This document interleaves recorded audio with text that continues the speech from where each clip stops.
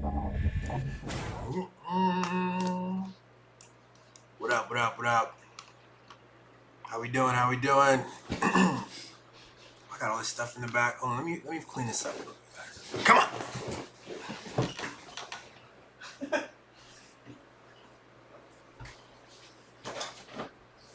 There we go.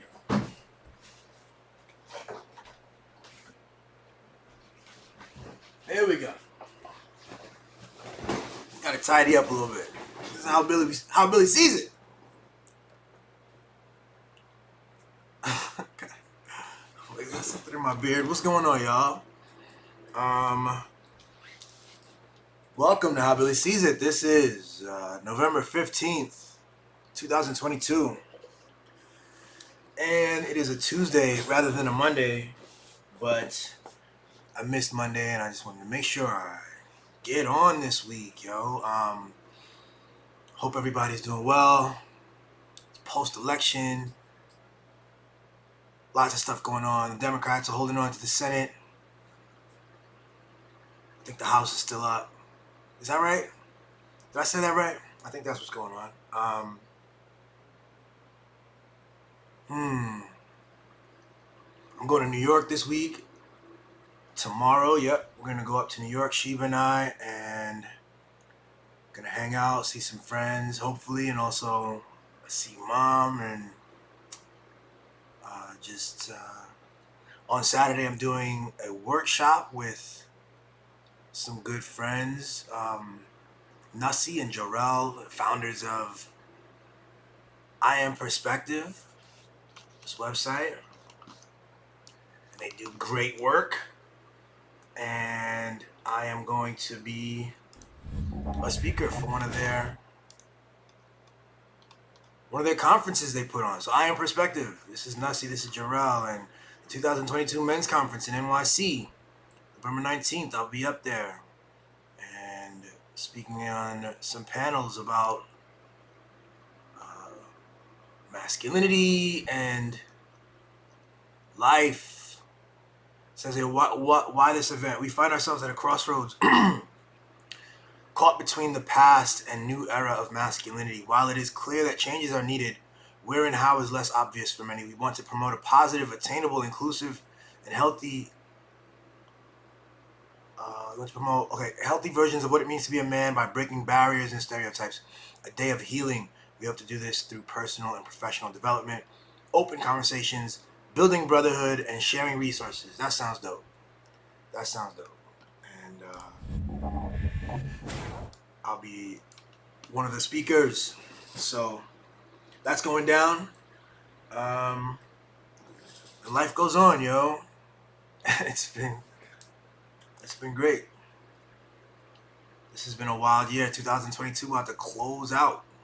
Unbelievable. I think as I'm speaking, Donald Trump is giving a speech right now as well. I think he's announcing himself for the presidential race again.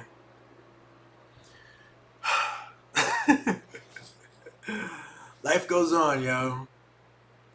Even when you want to focus and do your thing, there are people and forces and things at play that are just moving and rolling and doing their thing. And you gotta roll. You gotta roll too.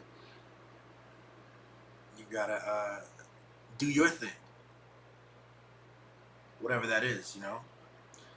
With love and creativity, I think that's major key. I think that's key. So, yo, I definitely want to do some art on this one. But while I do the art, I think I can talk. Let's see if I can do that. Sometimes I am able to do that, and other times I am not able to do that at all. And let me make sure my volume is excellent. All right. Working on some cool stuff, by the way. Can't wait to show you guys. Breadlums, I didn't mention that. Breadlums is on its way, yo. Making moves on that. It's exciting. I feel like I want to show you something, but I can't. No, I feel like not gonna show it. You have to check it out. We have some table reads and launching and the website. We're doing some stuff. It's really exciting. Really exciting. Yeah. Kind of cool.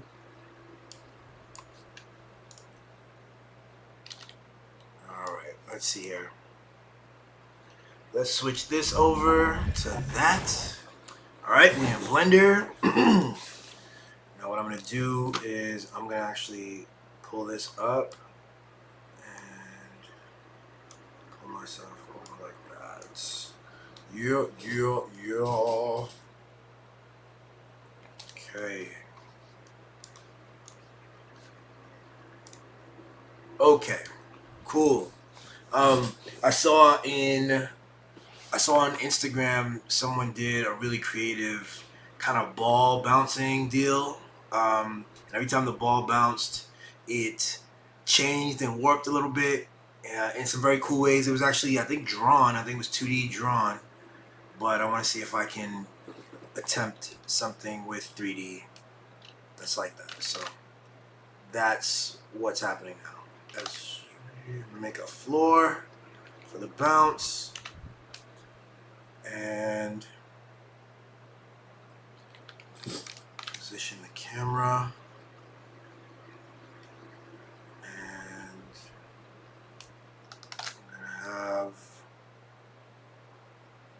I'm actually going to work with an empty first.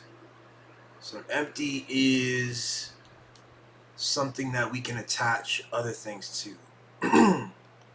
So I'm going to put that empty there. And then I'm also going to put a UV sphere right where the empty is. And I'm going to attach the UV sphere to the empty. So now, yes, I'll just be moving the empty and the ball goes with it. Cool, cool, cool. Getting that camera view. I'm going to shrink the ball down. So what do I do? Yeah, alright. So now we can see the empty kind of outside of it. Alright. So I think the first thing I'm going to do is just put I'm going to get the motion going on this ball. So it starts on our timeline at 1. Let's go to 0 actually. It starts at 0. And bring it down. Okay.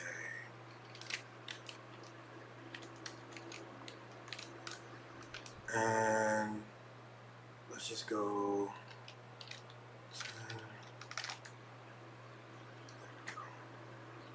Alright, so it's going up and down. But that's not that great. So I can go into the graph editor. That motion isn't really fun. It's very uniform. And I want to kind of make it more fun. So let's do a hard drop. It should be on.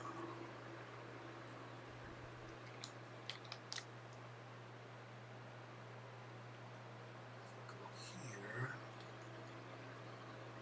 See location. Okay. Where should this go? This should be GX.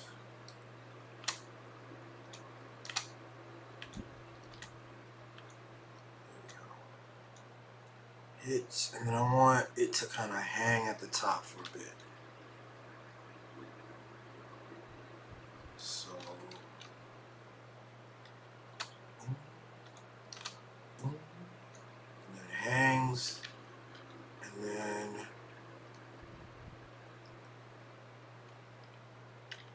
I can take this, put it back. Let's see if it does it in the same way.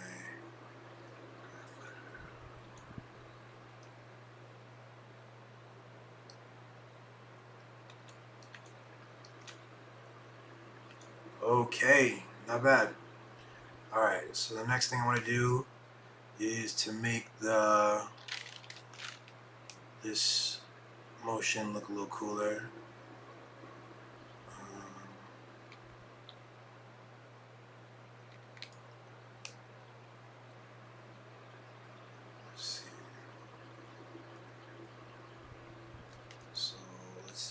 SZ. Nope. SZ, right? Yeah, there we go. So shrink that down a little bit. And back here.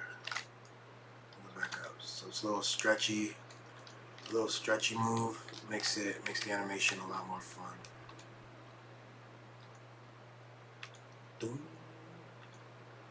Still not moving great though.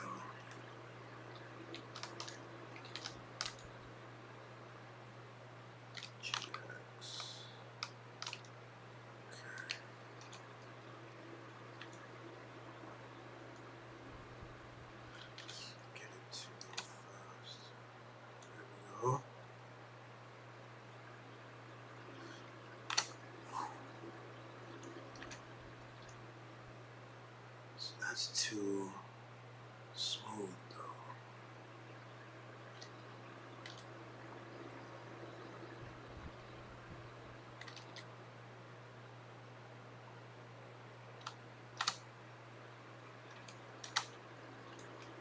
Maybe it's taking too long. There we go.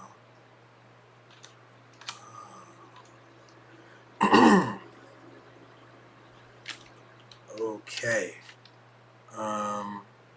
So going up.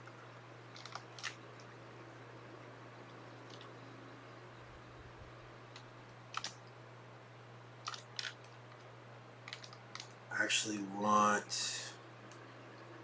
to see it at its peak. So I'm gonna go here.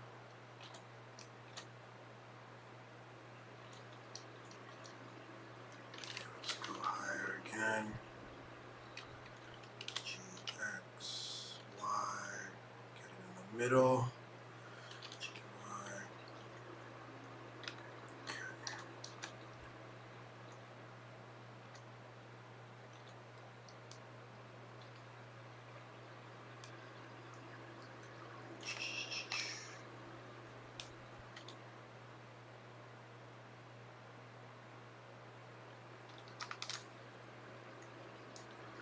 Yikes. Alright, we go that. And then there we go. Pull this in as close as we can. Boom. Dum. Okay. Okay. So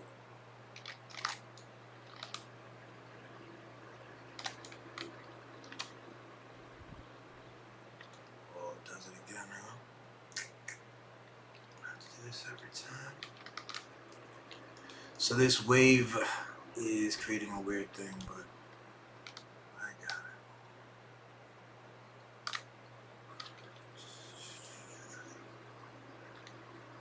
Okay.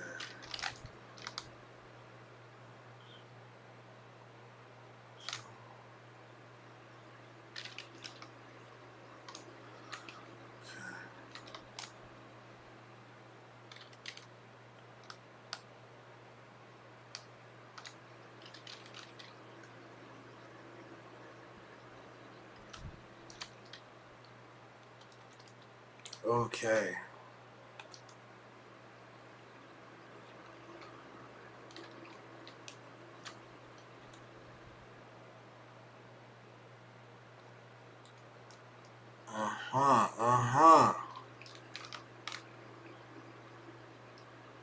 Hit.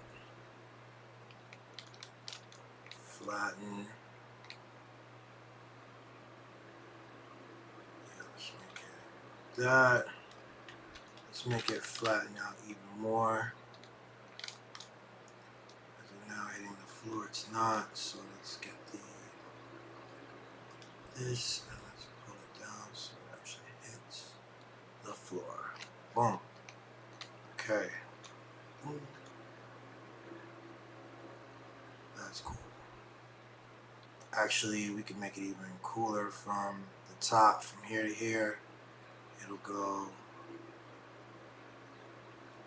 Oh yeah, it's gonna be here. So hits. This should be okay. From the top, it is normal sized, and then it elongates this way. Yeah.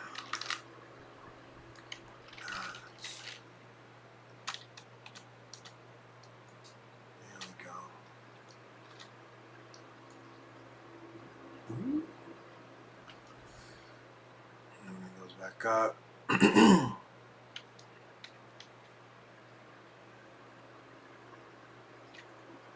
Should do the same thing.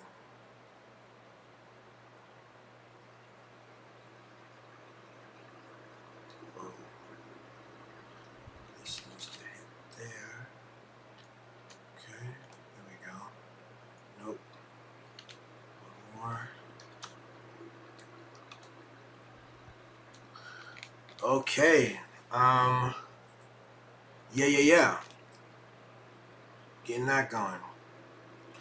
So yeah, while I do some of that, now while I'm here, let me get some like textures and work on textures for a second.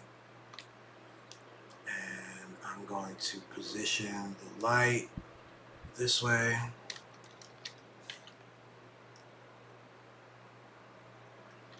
Great.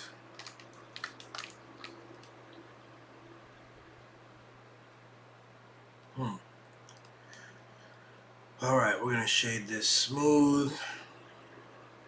We're going to give it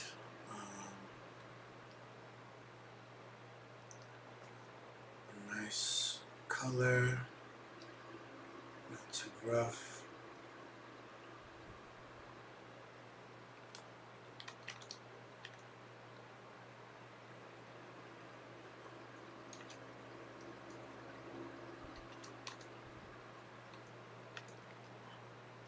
Okay. So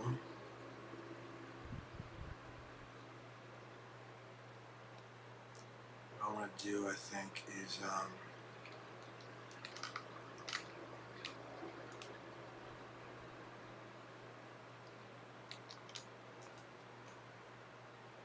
right now there's like it's a two frame hold at the top. I'm gonna hold that for 5 frames. Yeah.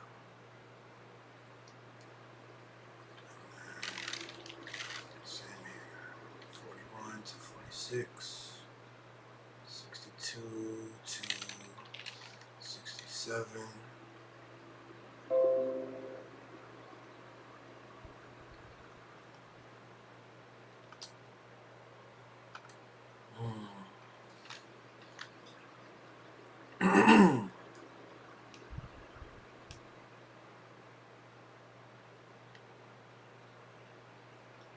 Interessante.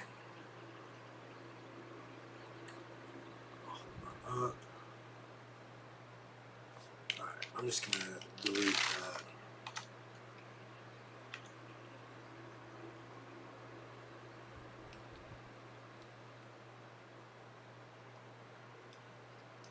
So do I want to delete that, son? Is that what you want to do, son? Are you sure? If I hit this, and this, and this, and this, and this, and this.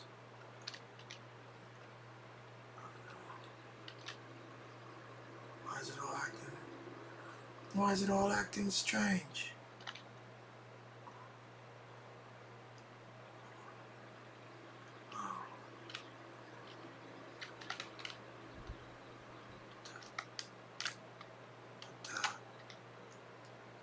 That's not what we wanted. Okay.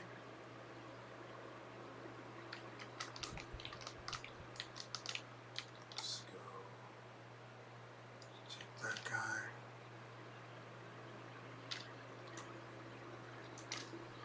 Aha! I can do that.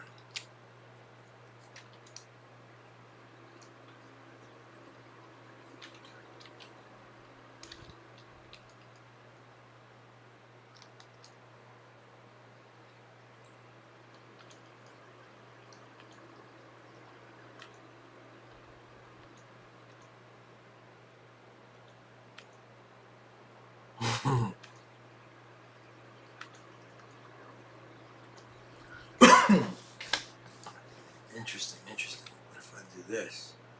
What if this is this?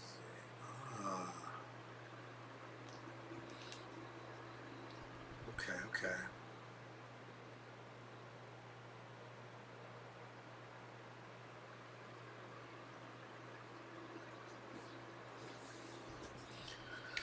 All right. Because I know I want to change the ball around to different other stuff, I'm trying to like figure out the best way to do that. But we'll figure it out.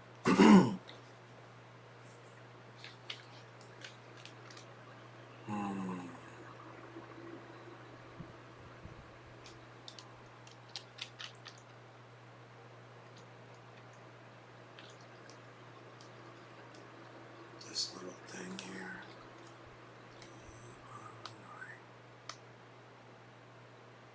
Boom. All right. So he goes up.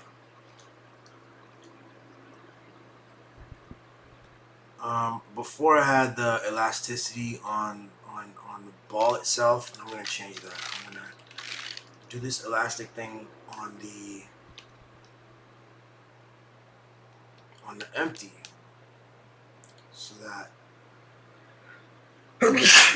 ooh wait, so that it all fits. All right, let's see. When it hits, it should be at SZ like this. Boom. Hitting right at the bottom. Boom. And then it comes back up here. So here's where it starts to fall. Boom. So here we actually want it to be SZ the other way. S.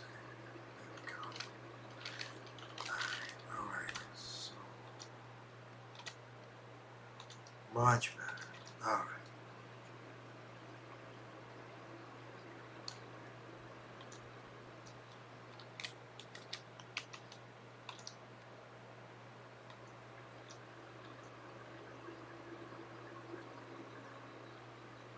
Hey, thank you, Captain Buggy. I think I want to put the camera more straight on.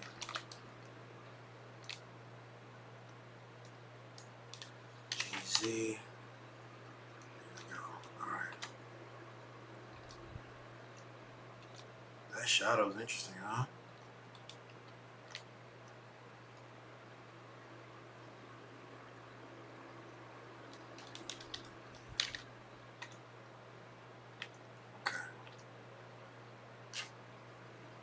Alright, cool.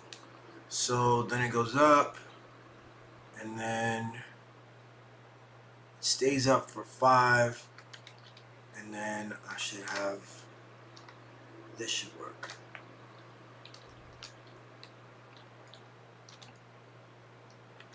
As you can see in this graph, this joint right here is giving a little hiccup.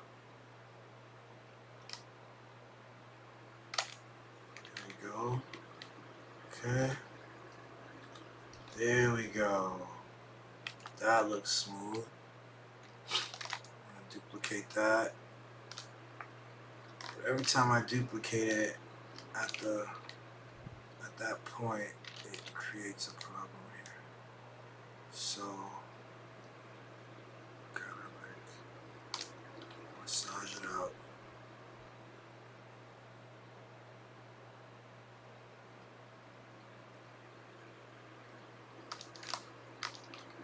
There we go. Great.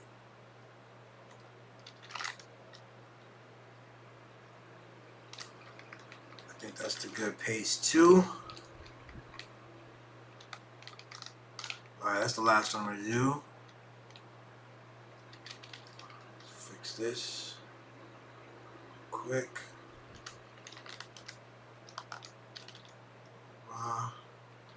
Boom. Alright. So we got 1, 2, 3, 4, 5, 6, 7, 8. 8 hits. Alright. That's a lot. So that means 7 transformations. And looks like this goes to 172. I'm gonna try to make this loop perfect. And the way Instagram does, they the loop, there's like a extra frame that you get. I think I want to put this on IG after, so I'm just thinking about on the loops there's like a pause frame that happens.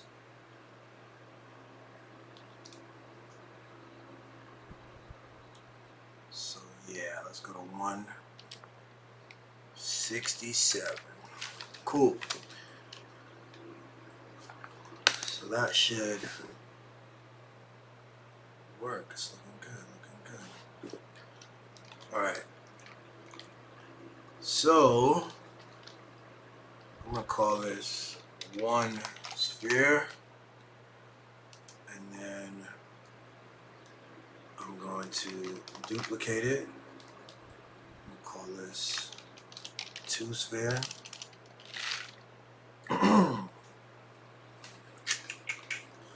Alright, so for 2 sphere, I'm going to make it like a yellow. I'm gonna make it a little bit bigger. And what I'm gonna do is, when it gets to the top, I'm gonna have this overtake the other guy. So here we're gonna shrink it down so that it oh, that's material 1. So this guy's sphere 1 has material 1, and this is gonna be that blue. And then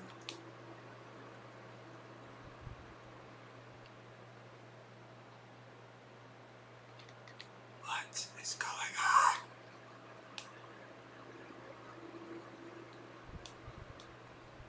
Same. Oh, I didn't shrink this down. Here we go. Shrink.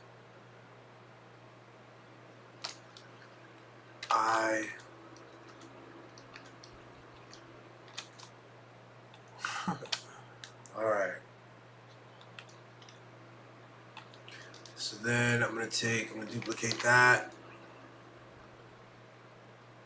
Sphere 3. No, shift E. 3 sphere. Sphere is a weird word to say, yo. I feel like I always struggle with that shit. Sphere.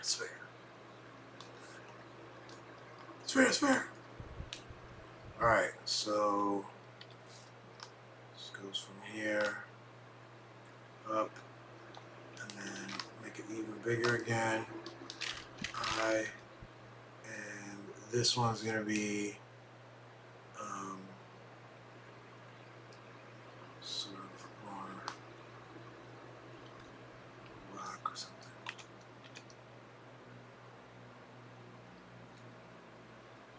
Jesus. Did I mess it up again? Yes. So that's material 1. You get your own material. And this is going to be there we go. Okay.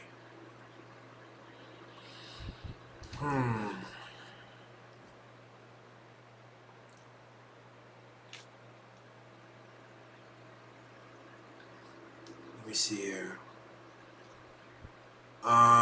Now to see about like cool ways to get it here.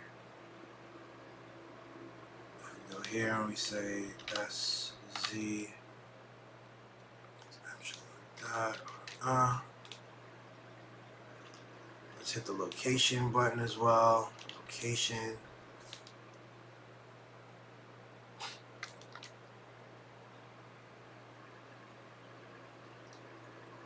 Might go I hit I on rotation.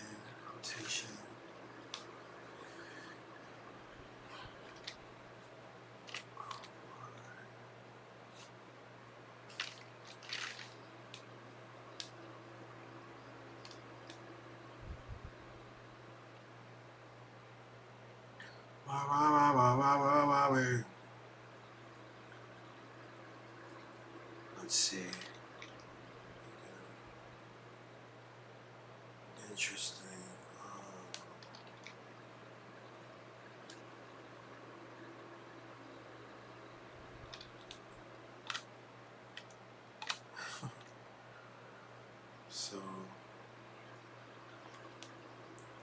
So it starts off super shrunk down and in. I.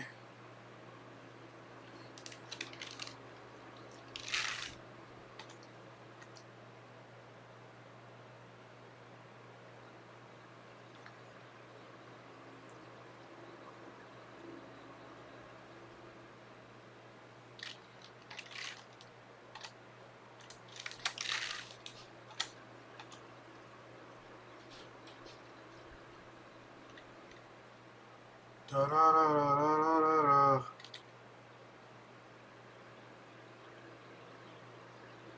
Jesus.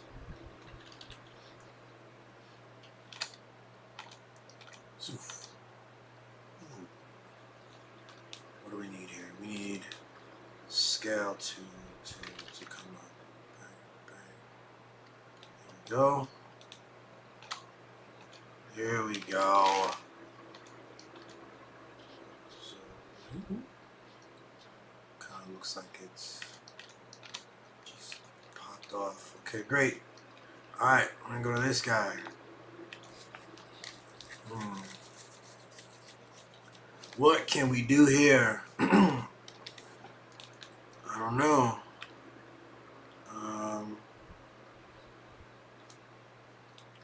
To make the blue, it's the yellow. To make the yellow happen.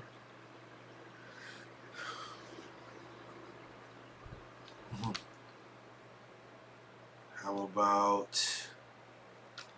do the same things again, sort of.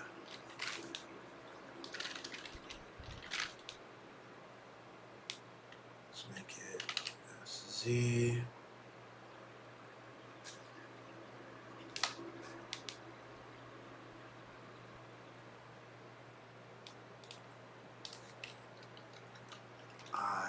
I.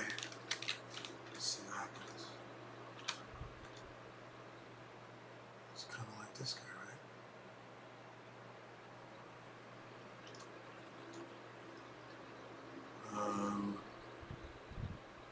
Yeah, let's do the same thing. S.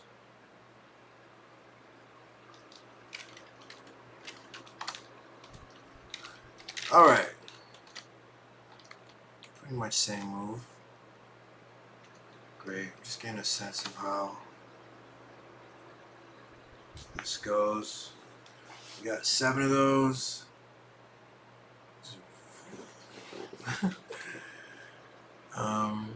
And then we'll make each of them different and unique somehow. How? What's the plan? Well, let's try some stuff. Let's make this one first off. Let's make it glow.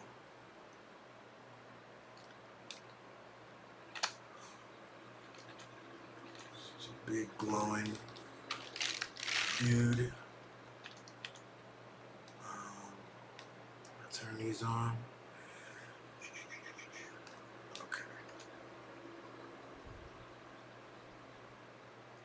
Cool.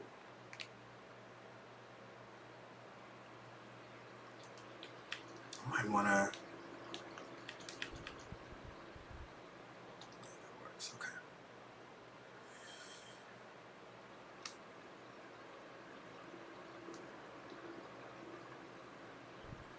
All right. Let's see. Let's do a sphere 4 and new material. This will be a hard red.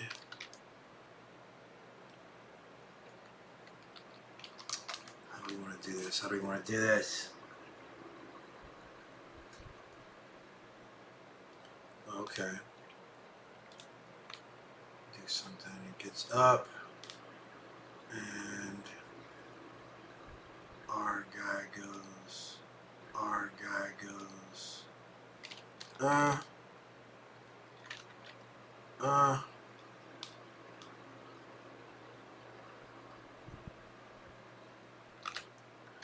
I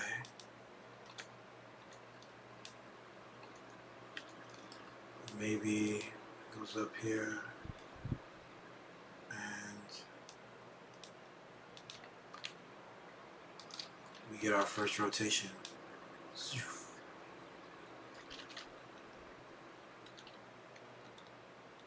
Rotates it, RZ 180 degrees.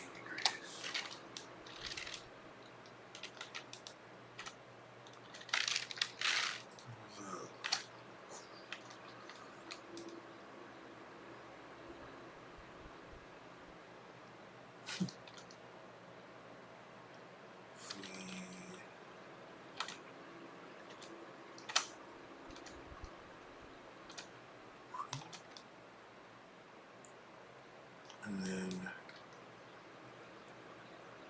you get smaller, sir.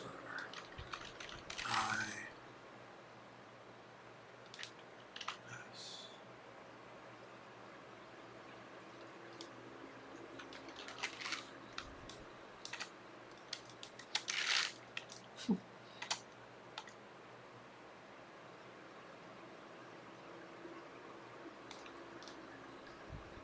So it spins around, and as it spins,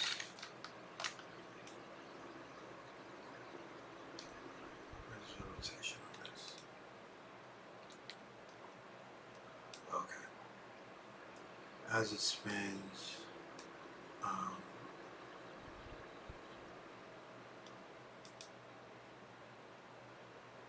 where is it? Okay. Force figures. As it spins, okay, so it gets into the location, which is we put a location marker there. No, you get a location marker, and you, I see it. Okay.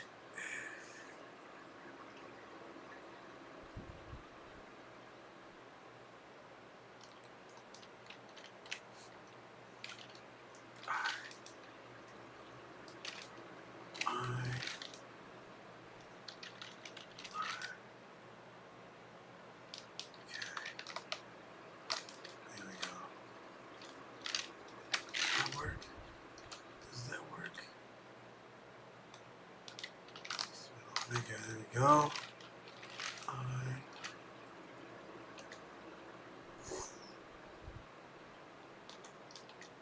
Interesting.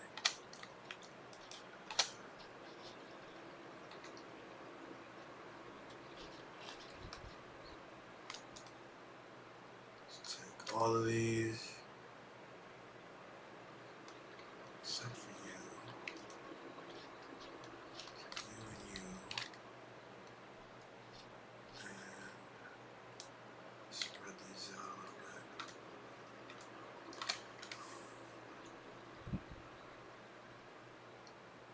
I don't know why that's happening. This needs to be made invisible.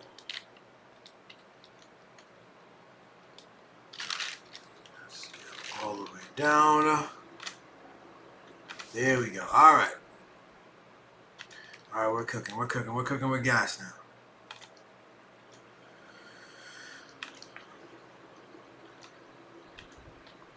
So that's 1, 2, 3, 4. Okay. All right.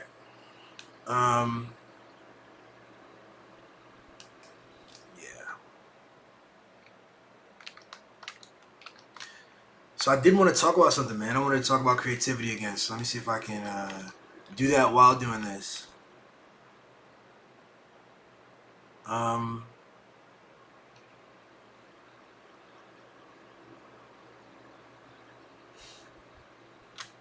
I think again, creativity is like it requires.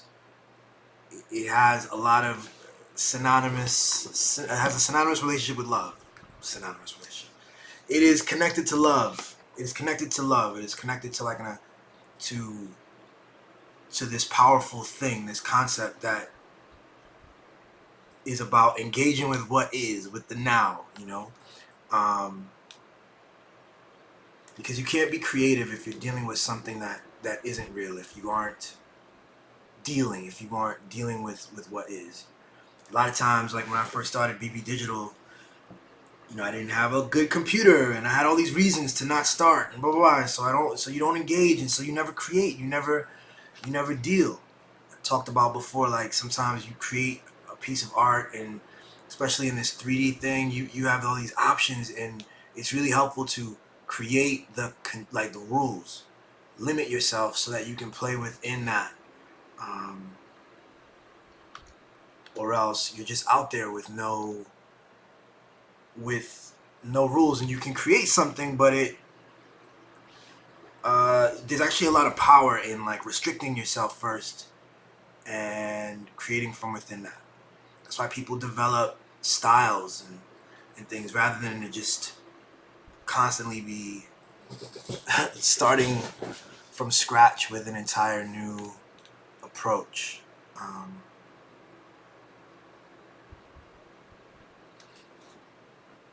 That's totally doable too, and there's nothing wrong with that. Let's say, but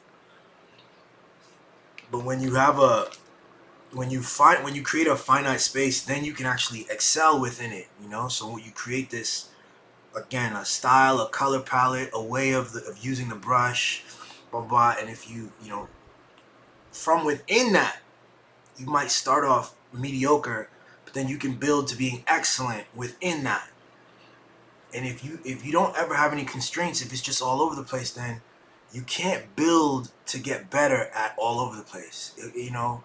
Um, there's always a new thing, whatever. You can always flip because you haven't. What's your medium? What's your approach? Um, so that's a big part of creativity.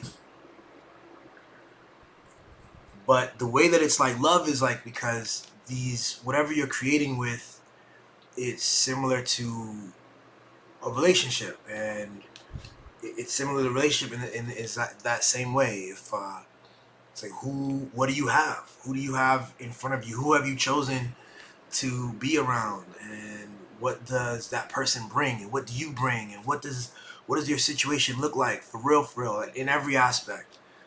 You know, we used to be really infatuated with beauty all the time, like physical beauty, and that's important, man. You want to be attracted to your mate, so be attracted to them, like, but know that it's deeper, man. It's deeper than the things. It's like if you're a creator, you have these people that are like, if you're a rapper, if you create an album, you create a style, and people will expect that style um, from you, and then you have people who say fuck that and they move on, and they're able to fluidly create outside of those boundaries. um, I think that's a powerful thing.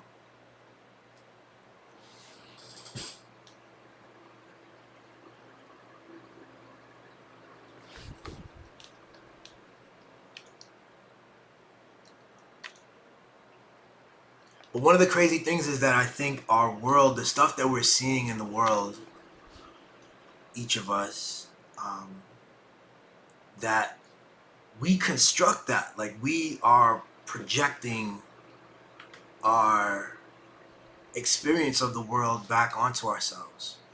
We don't, we're not taught much about that, um, but it is true. And that's why you see people who are angry. It is true when you say, yo, that person, they're angry at something that isn't you. If you come into a room and someone has an attitude with you, it's not about something you did. It's something about their experience in the moment, something about something's being triggered for them, they are uh, dealing with something that has nothing to do with the interaction. So that's a wild and interesting thing, because like, what does that really mean? You know, I tell the story on Instagram a couple months ago about, you know, driving to work and driving to CNN, to the bureau, and I was gonna be 15 minutes late, and it was actually a thing I had to do with Jake Tapper, so don't want to have him waiting, and I was really anxious and upset, and I came up with a story about what was going on the road. I was pissed at everybody I met, or not everyone I met, everyone I was driving by. You know, I had a story that they were all attempting to make me late on purpose, that they were colluding, you know, and this person's moving too fast and is about to get me into an accident. This person's moving too slow. This person didn't signal, and it's all obviously, it's about me. And I was mad and I was pissed, and you know, I find myself screaming at people in the car. I'm by myself. Those people can't hear me. So again, it's, you know, I'm screaming, you know, to myself, performing this anger thing, and I'm also like driving and trying to text, frantically trying to text the producer to say, yo, I'm 15 minutes late, blah blah blah. So the funny thing is that I get there 15 minutes late, and Jake is what, an hour or half an hour late. So it was nothing, right? I can't start without him, so everything was fine. The anxiety, when I thought about it later, right? The anxiety, the anger, the it was all based on a story I had in my head. I had a story in my head that I was late for something, that Jake was sitting there angrily waiting for me, that the producers are looking for me, you know, and it wasn't true. But it didn't matter if it was true or not, because for me, I had internalized that story, and so I'm driving around being crazy. I don't know what I must have looked like. Like I'm hitting all the things and cutting in and out of traffic and trying to catch every opportunity to get another second back, when I had, you know, my motives were completely in my head. That's an amazing thing to notice. The motives that motivated me and had me on edge were completely in my head. And I must have, you know, somebody else might have been looking at me like, damn, son, why are you driving like that? You know, I become the dangerous person on the road because of my own personal anxiety. And it's funny because that's what we're all doing. And that's why I think it's important to come from love, because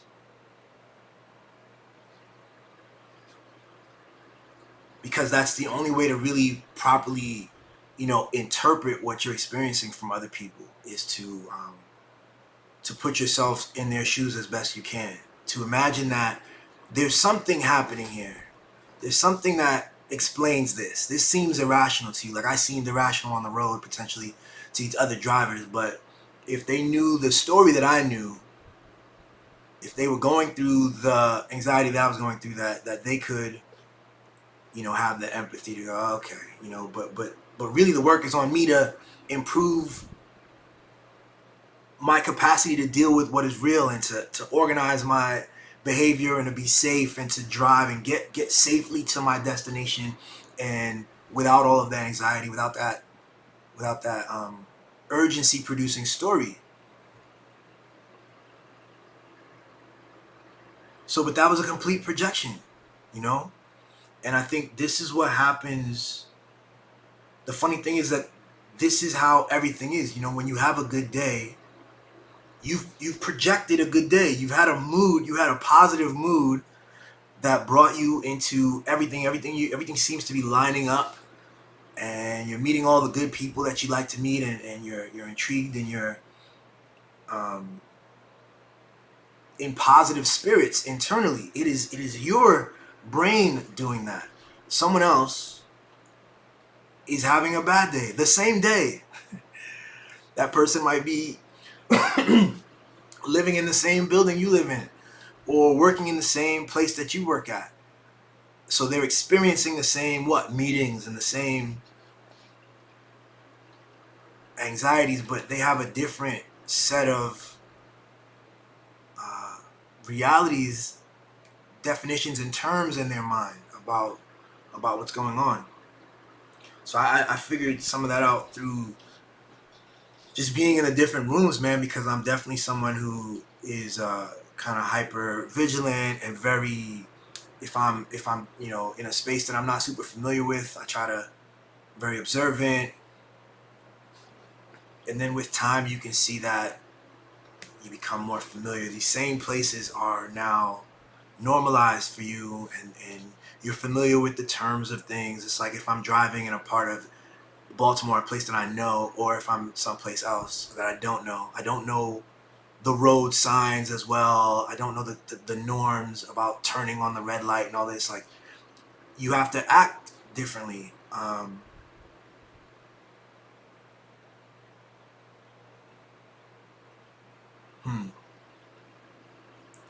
Or it seems you have to act differently, right? You're not familiar. Like, the reality of the road is there.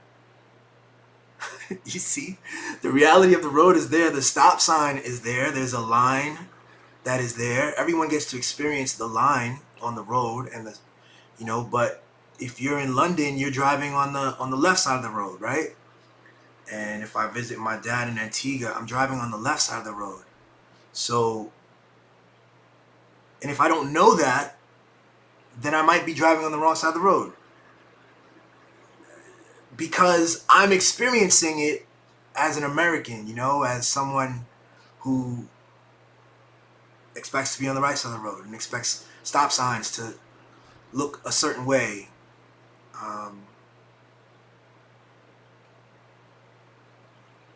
So we bring the definitions, we bring the terms and the thing.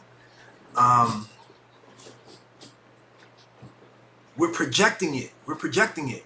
And so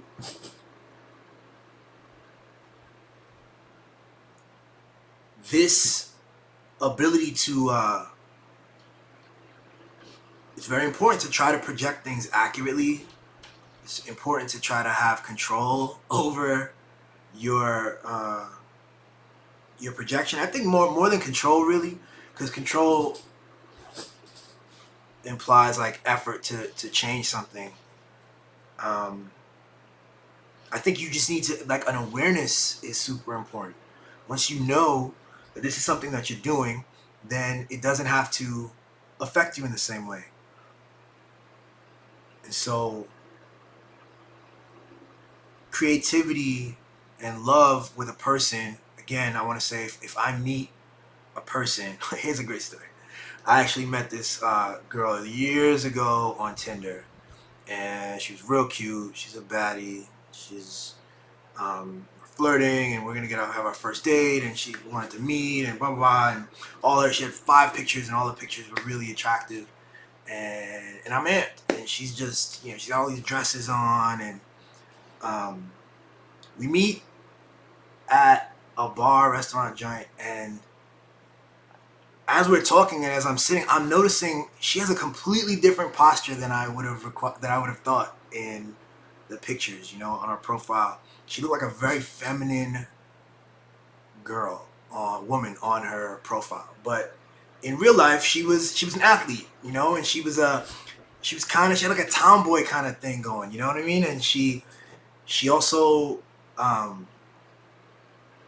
laughed really, like, aggressively. You know what I mean? Like, her laugh was like, except it wasn't so. It was like a higher voice, but it was like big energy kind of laugh.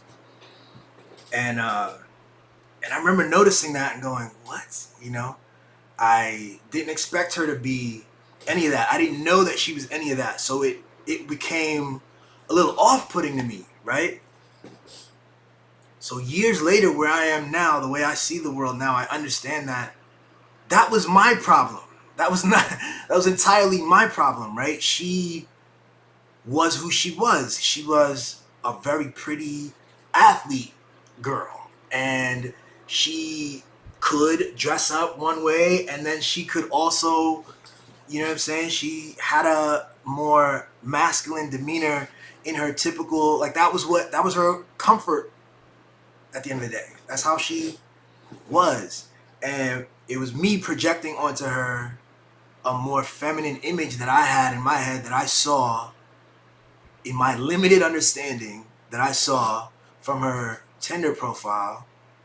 And so, oops, you know what I'm saying? That's on me. But either way, it's fine. Like, we had a good time. She was cool.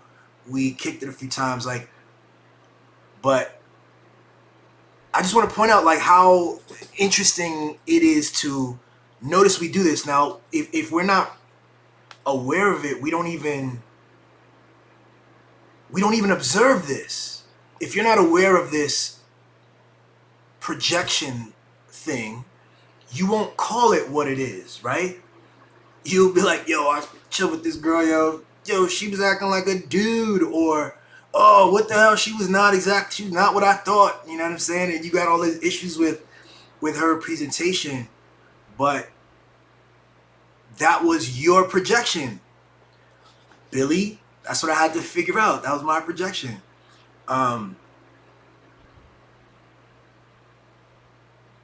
So, like, love is to, and now I'm not in love with her, right? But I'm spending time with her. I'm chilling with her on our first date. She's another human. I have to realize that I'm not going to hold her to a standard that I had constructed in my head. That would be like holding her to something external to her. I have to realize I have to be ready to meet a person, a human, who can be multivariate, who is as infinitely, brilliantly diverse and capable, has a range of potential ways of being that's so deep and vast and infinite. Like, I had constructed a very simple and narrow version of her through the pictures. And so now I'm getting a chance to see who she really is, and who she is better, even, because it's still the first day. It's not who she really is. I'm getting a better picture. And it's about, like, acceptance of the better picture. Like, you are now having a direct experience with a human being. And a human being is a word that we use. And so it's a limiting word. You're having an experience with a brilliant, sentient being, that it's a miracle that the body parts work, and that the internal workings are such that they get up every morning, and you're experiencing that. And so, my expectation for a cute laugh, which is kind of what I'm more familiar with women, particularly on a first date, you know what I mean? She was herself out the break, and it's almost like maybe I was doing something great, maybe something was good, that she felt comfortable to be herself fully. That's what I should want, right? But I think, unfortunately, the way things work, we don't operate that way, and we subtly punish each other for being other than what we expect, because, and I think part of why we do that is because we don't properly appreciate the ways that we project, and that our experiences are almost entirely these kinds of projections. And just like you can project a bad day, like a bad morning, when you're late for work, when you weren't, when you created it, you can create and project something positive. You can figure yourself out in such a way as to line your pockets with positivity. You can set yourself up where you find $20 in your pocket, kind of deal, that kind of thing. And so then you triggers a positive thing. If we were speaking in terms of chemicals, I would say something like serotonin or blah blah blah, blah. I don't. That's like the same conversation, but from a different discipline and a different angle. For me, psychology is a really interesting thing, and it's something that I'm interested in. And just from a psychological angle, you have this ability to hack yourself and become, to produce the best out of self, self-defined. Nobody else gets to tell you what that means, but for you to be able to figure out, oh man, this works for me. I'm gonna do that. Well, let me put this the chat boxes here, but it's not showing.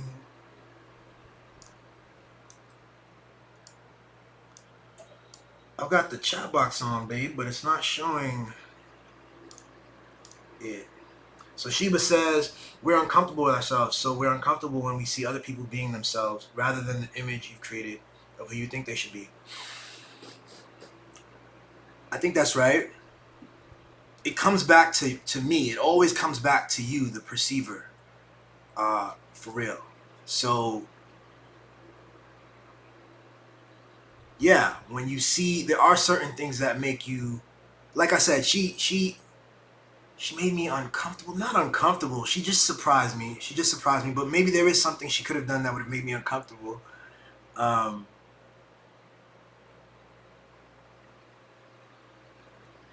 But it really does come back to you. So like whenever you see, this is an interesting thing for me. Like this truth, this reality about perception means that anytime there's some anxiety or anger, any emotion, it's an opportunity to learn about self, because that's actually, this is your projection. What have you projected? What are you attached to? I was attached to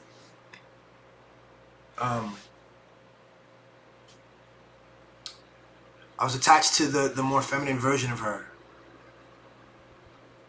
And the thing about it is that version existed in her, or does exist. It was, but it's not her in her entirety, you see?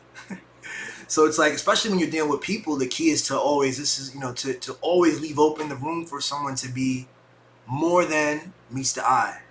Transformers, more than meets the eye.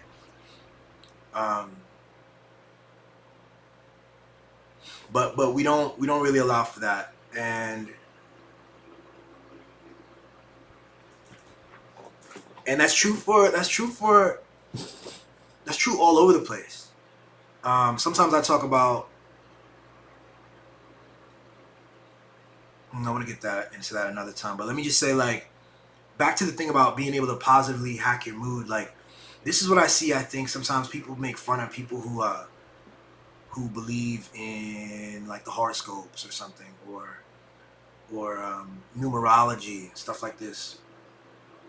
The truth about it is that if you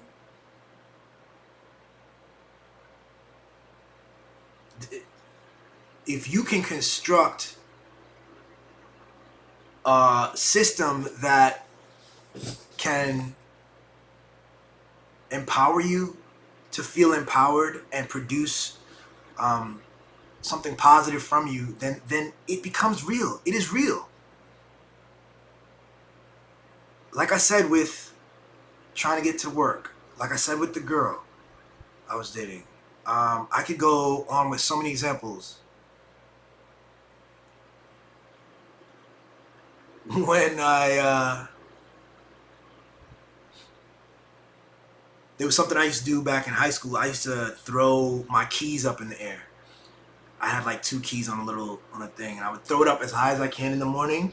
And if I caught it, that would mean I was just gonna have a good day. And I felt positive, and I was like, yeah, I'm an athlete, I'm smart, I'm dope, I'm gonna have a good day. And if I didn't catch it, if I dropped it, which I did occasionally, I would just be more careful. I would just say, okay, let me be a little bit more aware. I'm gonna focus in, blah blah blah. In numerology, if you see 3 digits, you can take that as a sign that an angel is watching you. Some versions of this, or some positive results from the universe are on its way. And I've seen kind of mockery about this, and I think it's just from lack of understanding. It's just like similar I see with like tarot cards. People have all kinds of weird feelings about it, about all that stuff. and I said astrology as well, right? it's not that every person who's a Libra is the same. You know, it's not that every person who's a Sagittarius is the same. I think it would be a bad move to really disregard people because of notions about their sign or something like this, or even with the numerology. It's not that anytime it's 1:11 p.m. that everybody's having a good day. It is like you reinforce a sense of joy and a sense of appreciation and gratitude with symbolism that can happen throughout the day. So you have these opportunities throughout the day to stumble upon a 222 or a 333. These things will present themselves to you, particularly more as you're observant and aware of it, because the mind is is creating all of the time. So there are other times if you're not observant, if this doesn't mean anything to you, if this doesn't have any bearing on you, then you won't see these things. They will just kind of pass and you say, oh, it's whatever. But she says every Pisces man she's ever met has been kind of the worst. Yeah, sorry, Pisces man. I don't know, babe. Stick with the Libras, baby. But if you have a mindset that encourages joy and appreciation and gratitude when you see the number 222, well, guess what? You have this opportunity twice a day to hit the number 222. Well, that's if you're looking at clocks, but that these things will be around you, and that it will spark in you for yourself, not for anyone else, because someone else is looking at the same time and doesn't have the same mindset that you do, and they won't access the joy, the gratitude, the appreciation that you're accessing. Greg says the Baader-Meinhof phenomenon. Ooh, I don't know that one, bro. I'm down to I'm gonna Google that and look it up. But it's just a weird thing. I'm gonna definitely look that up, Greg. Like, that is what's happening. And like to hammer it, like, this is the same thing that's occurring when people have racism. Is this? It's a projection of a bunch of narratives and ideas. It's not just skin.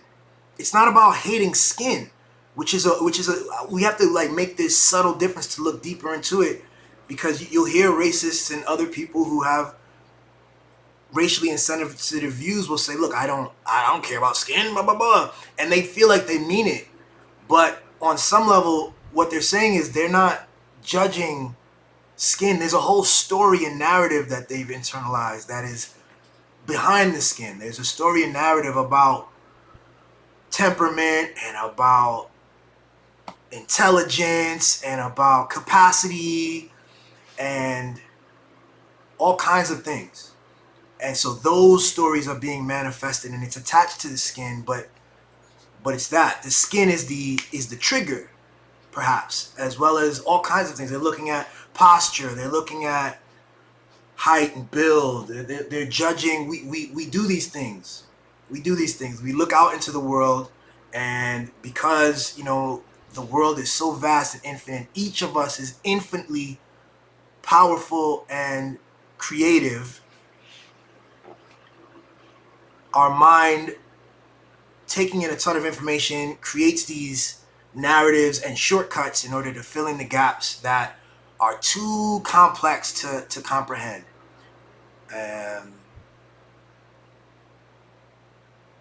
Homophobia, non-binary anger is that. It's one thing. Back to that again. You look at you look at a male person, you look at someone who, in your view, You assume that certain people should be wearing certain types of clothes. This is normal. And these are your assumptions. And you see someone performing differently than that. And it just strikes you. Well, it depends on the story you have. It depends on how meaningful this story is to you. Some people have a story of, sin and hellfire, and so they were able to justify horrendous views. They're able to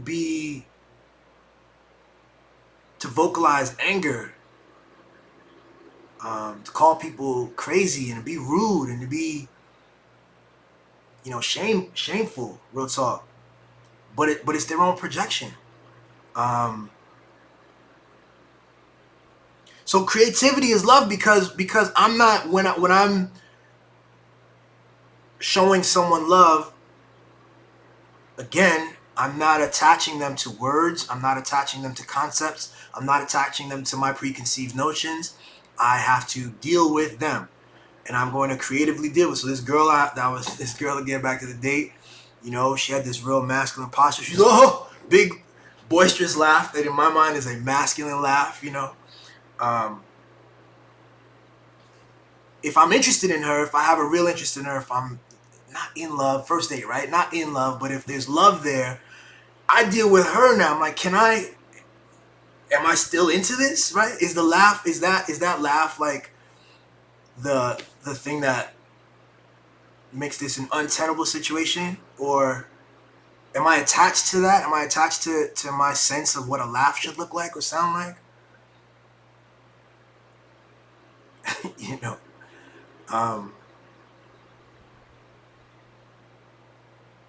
Or do I creatively engage with her? Because best believe she's doing the same thing. She has a sense of all kinds of things, right?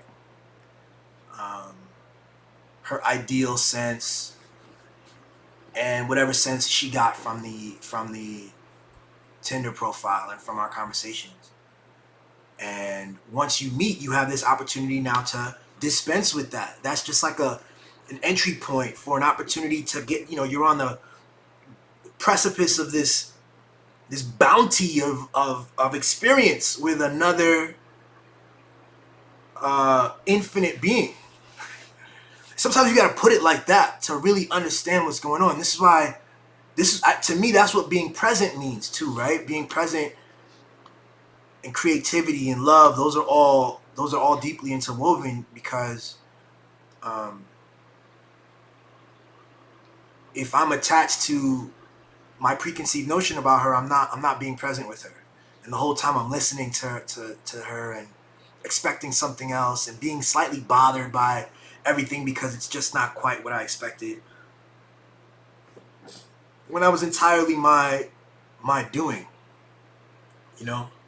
So real talk, the movie The Matrix to me embodies this thing. It tells us about this social web of interactions and expectations, and that Neo and them were trying to break out of that and trying to get people to access what is real. But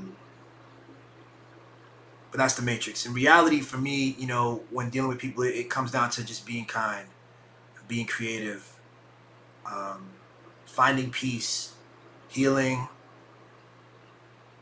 working to notice my biases.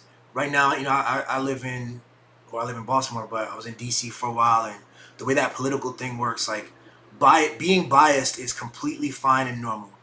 People will stay completely silent about all kinds of things, but then when it's the wrong political party doing it, or the wrong person, whatever sense of who the bad people are, if it's done here in a certain context, it's time to be really upset. But it's all the same thing. This capacity to hold on to not deal with what is, to not call something what it is, a spade, to will something else completely is like a problem.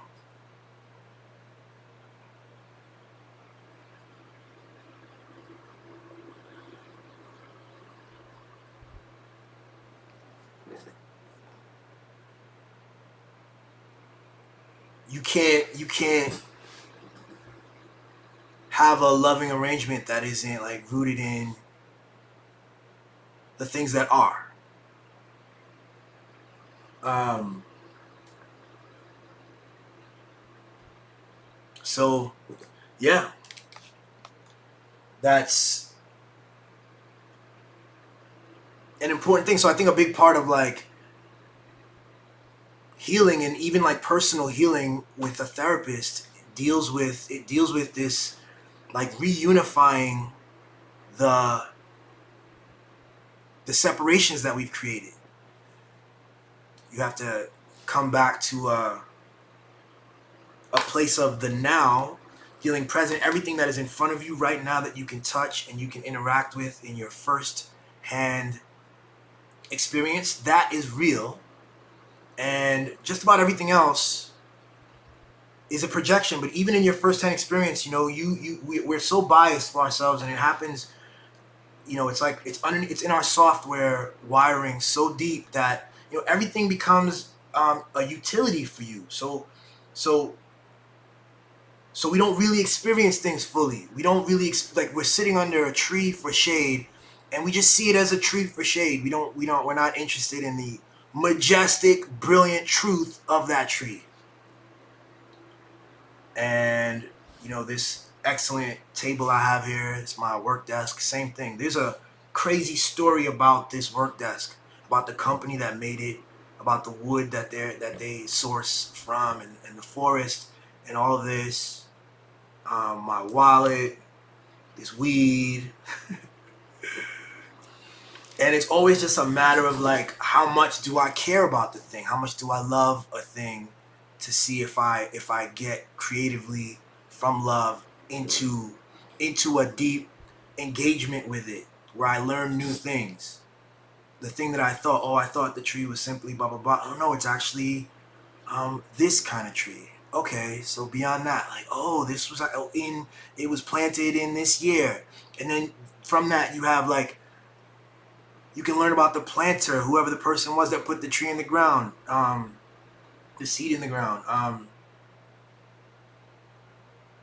There's stuff about that year that could be relevant and interesting.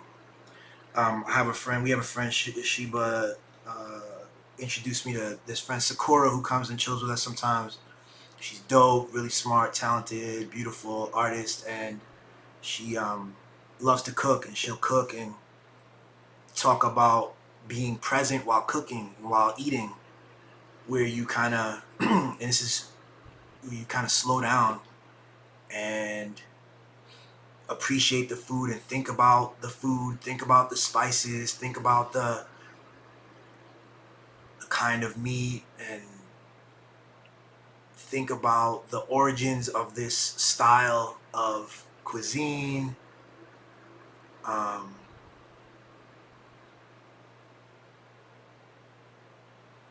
this would have sounded crazy to me as a kid, because as a kid what I did was I ate real fast. I just ate everything real fast. And then as an adult, when I was in my like grind phase with BB Digital and whatnot, I I didn't care about eating so much so that I started fucking with this thing called Soylent. This the owner lived off Soylent for I think a year or two, just Soylent. It's a meal replacement kind of milkshake thing, but it tasted like hot ass and toilet paper.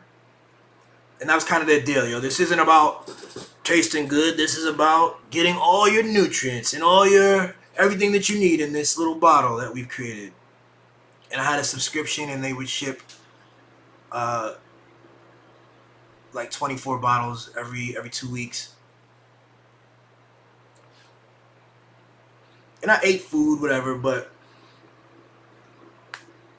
I would go sometimes like 2-3 days and just off Soylent, because I had internalized a sense of time and efficiency, and eating was a waste of time.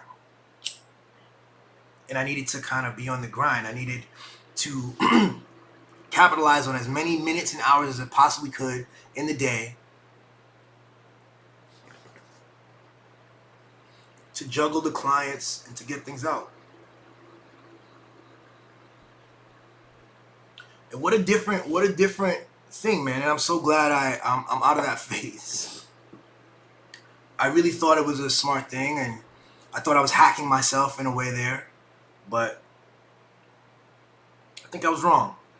I think I had to go through that phase, frankly, in order to see how absurd it is. And I think I love that I have a much more creative relationship with food now. I have a much more loving relationship with food. I get to chill and eat and enjoy it. And Sheba cooks, and she's an excellent cook.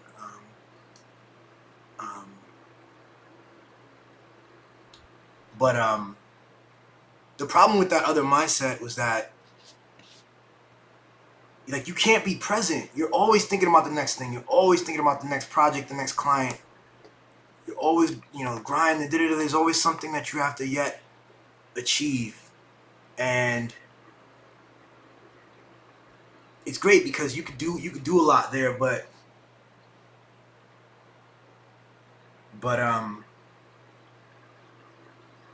I think it just speaks to the brilliance of this experience that I can direct my time and my energy in such a way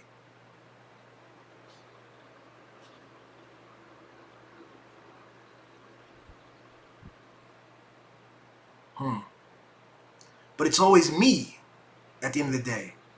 Like, I'm creating that experience with food. I created a mindset that oriented me that way, you know.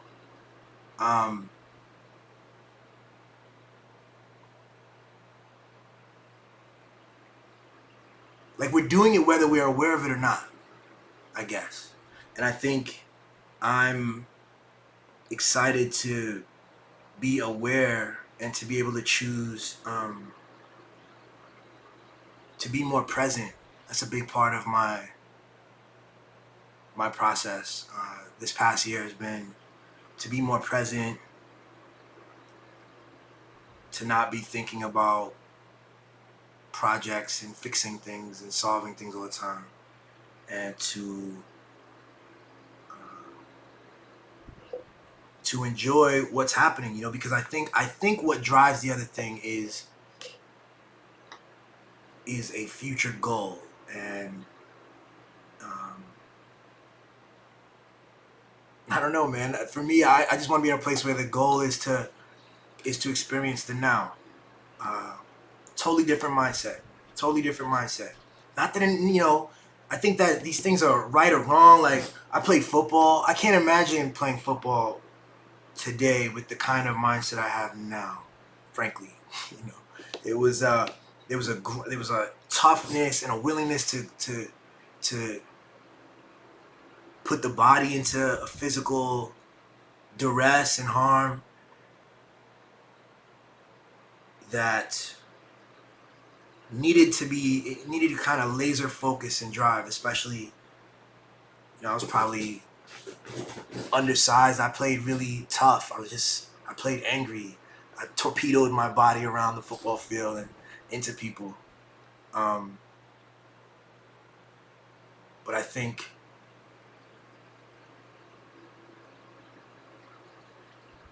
the two things I want to say then is that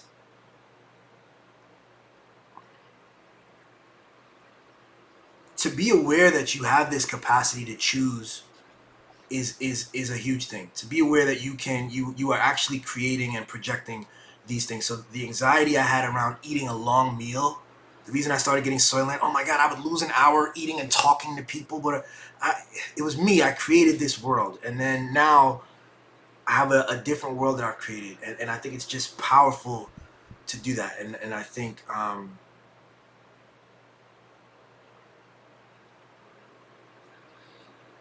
I was just an anxious kid all the time, an anxious adult even. The ease and the peace comes from detachment from some future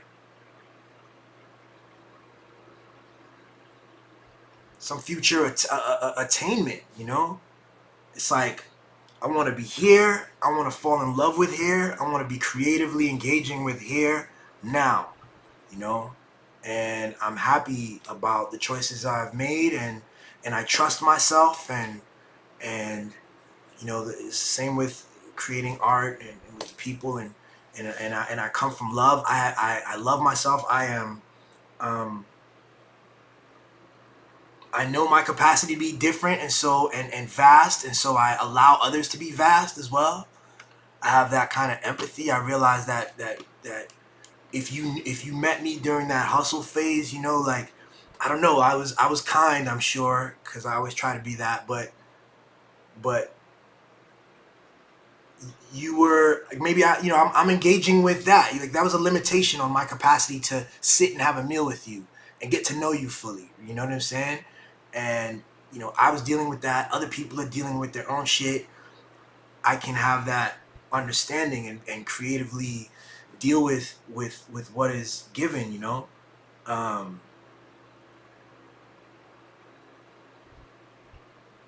it's like, try to have the double standard thing. Like, sometimes when I'm on a line, you on a long ass line for the DMV or whatever, and it's weaving back and forth, and like, the person, like, let's say you're waiting online, and the person in front of you isn't keeping pace, so they're on the phone or they're talking to somebody, and the line is kind of moved, you know, but they haven't moved. And for me, that's killer, yo. I'll be like, and then I'll be like, excuse me, you know. I don't have any patience for that. And I'd be like, come on, yo. Like, how you not gonna see? Because I'm very spatial. My spatial awareness is on point. So I'll be like, how you see them moving up, move, yeah, you know? Except then, rarely, it doesn't happen too much. But, you know, occasionally I'll find myself, I'll be that guy. I'll be that person, you know? Oh, shit, yeah, I slowed up the line, you know? But, so we're all capable of everything. But we have so much patience for ourselves. We have so much understanding for ourselves. We have so much texture and background, and we, you know, whatever we're doing, we can say, oh well, you know, it was tough, and I had to get over this, and oh yeah, I couldn't see the line moved, obviously. But if you're the other person, you expect perfect performance, you know. Um, we harm ourselves with that. We harm ourselves with this lack of creativity. We're gonna deal with what is, deal with it with love, be present. Love has a time component. You can't love somebody if you can't love somebody. You can't love the next thing they might be. You gotta look at what is, and creatively engage with it. And that doesn't mean dealing with bullshit. That doesn't mean taking bullshit. It means engaging. Sometimes engaging means to cause a fuss, to make it a problem, to mess things up a little bit, because what it is isn't good. That's still engagement, and it's still love, because if you're doing it genuinely, then you're inviting a back and forth. You're inviting an engagement, and hopefully it's not. Hopefully there's no violence involved. Hopefully it's an engagement from love, reciprocally, um, and creatively, right? Because if not, then we're not seeing each other.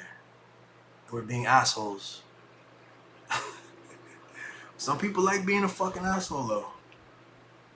That's cool. Even that, like, awareness, you know? Oh man, like, yeah, you're the reason things are weird. Like, you cause this, you know? You enjoy, there's some enjoyment you get. Like, back to you again. Why do I get enjoyment like that? Who am I? What is this? That's creativity.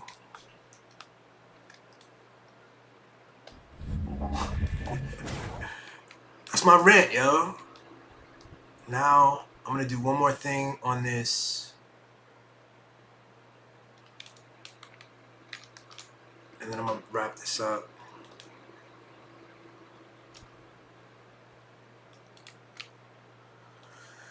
Ugh.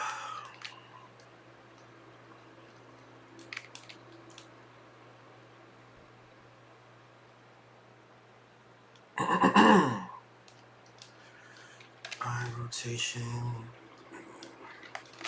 X, Y. -90.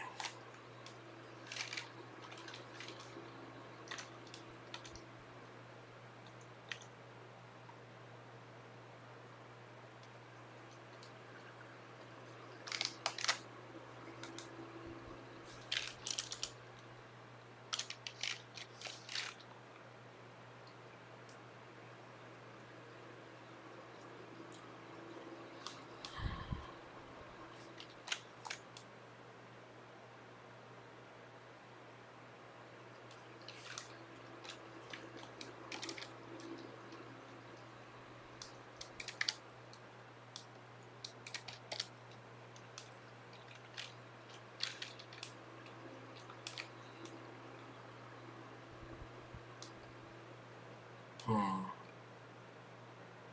Oh yeah.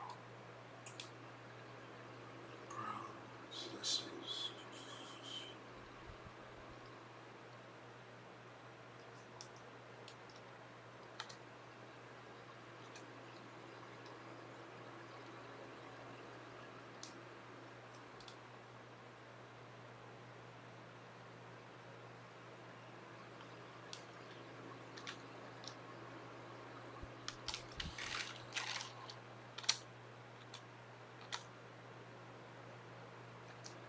Okay.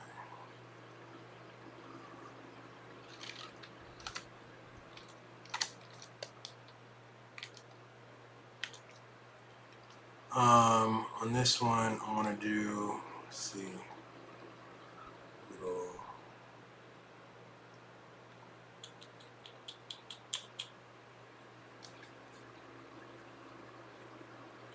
Hmm.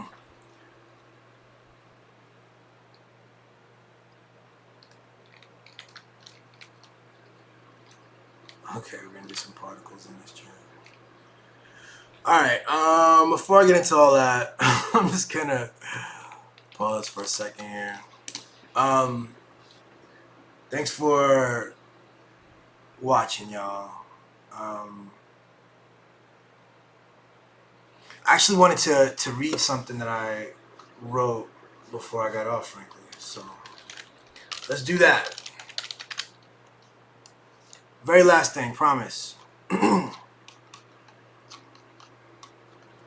It is called Unlearning. I wrote this in July. Okay, Unlearning. I've been playing with the idea that we exist each in our unique and separate worlds. Our sense of reality, a blurry projection of our own biases and beliefs. Our bodies relate in a common space and time, but the experience of our interactions must filter through isolated minds. When I step into a room, you do not actually perceive me. You cannot perceive me as I am in my completeness. I'm an infinitely complex being, striving my way through this physical existence. The attributes that meaningfully define me, the nuances of my character, my deeply held values, integrity, and grit, are fully out of your reach. Instead, you piece together a story from my clothing, my skin color, expressed gender, and posture. Context clues and vocal tone may help you form a shallow sense of me. And what if I admit to burdening you in a similar way? You, an infinitely complex being, with vast potential in every choice at every new moment. For convenience, I interpret you through sets of old stories, norms, and labels. I'm helpless but to draw analogies, connecting you to anything simpler, more familiar. Have you noticed this? about perception and its flaws. Clarity requires active work, self-awareness with meaningful external examination and exchanges, because my world provides its own observations, narratives, and subconscious triggers which sometimes only I access. From birth, my reality and sense of self are constructed through a personal, manually expanding, curious mosaic of prior assumptions and knowledge. In what space of possibility have I confined myself? How stubborn is the shape of it? And here we are in our worlds together, and this strange human disconnect might be sufficient for us for a while, but I hope that we're doing the work. Yeah, man, wrote that in July last year, and it's my way of kind of touching on this very thing that I tried to break down in this video. The work is a process of self-healing, self-awareness, self-love, creativity with self, particularly after enduring an early life of being told who we are and how we should be, to arrive at a place of power and growth and personal awareness of one's power, such that you can creatively remold and redefine oneself, in accordance with oneself, in a way that serves oneself, and to know that you're doing that, and to have grace for yourself during the process, and in so doing you'll have grace for others. That happens naturally, and you'll see the ways that we're all going through a similar process, and we have to be mindful of our projections and have love and creativity. I love it. Anyway, that's it. Thanks very much. I'll be on next week, Monday.